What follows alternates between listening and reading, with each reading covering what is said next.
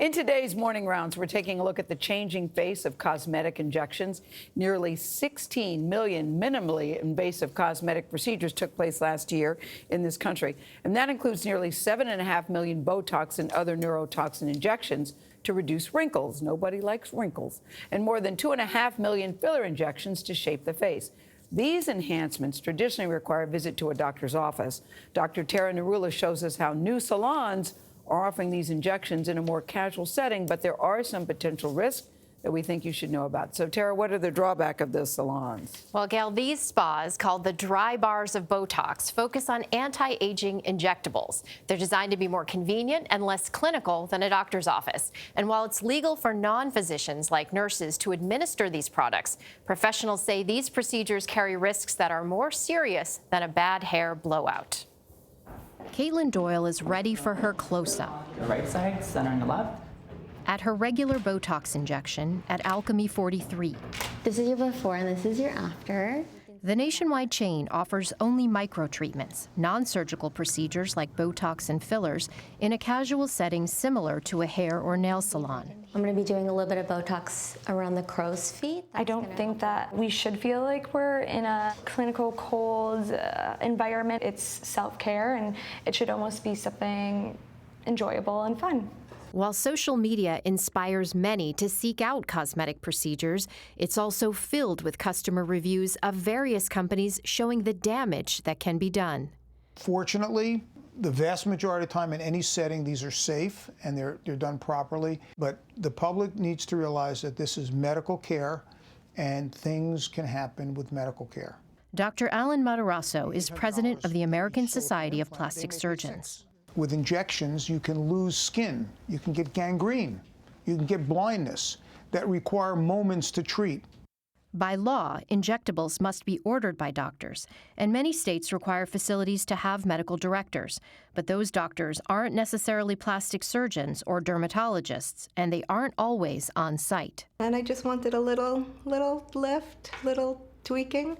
It's a risk that Sherry, who asked us not to use her last name, didn't know about when she got Botox and filler last year. Sherry has never been to Alchemy 43 or any other storefront Botox bar. Instead, she got her Botox and filler at a private nurse practitioner's office. Within minutes, she knew something was wrong. I'm looking in the mirror, and I think I'm turning purple. The filler had been injected into a blood vessel. Sherry says the clinic's medical director was 40 minutes away and giving instructions to the nurse practitioner on the phone. She's taking pictures and texting them to him.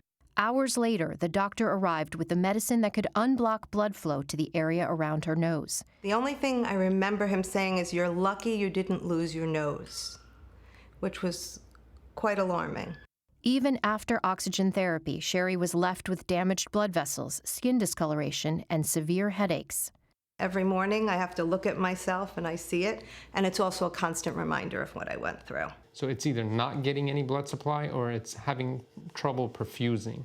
Dr. Ramtin Kassir treated Sherry after her filler complication. Injecting in the face could be dangerous because if you get into any of these blood vessels, it can end in the eye, it can end in the forehead, it can end in the nose.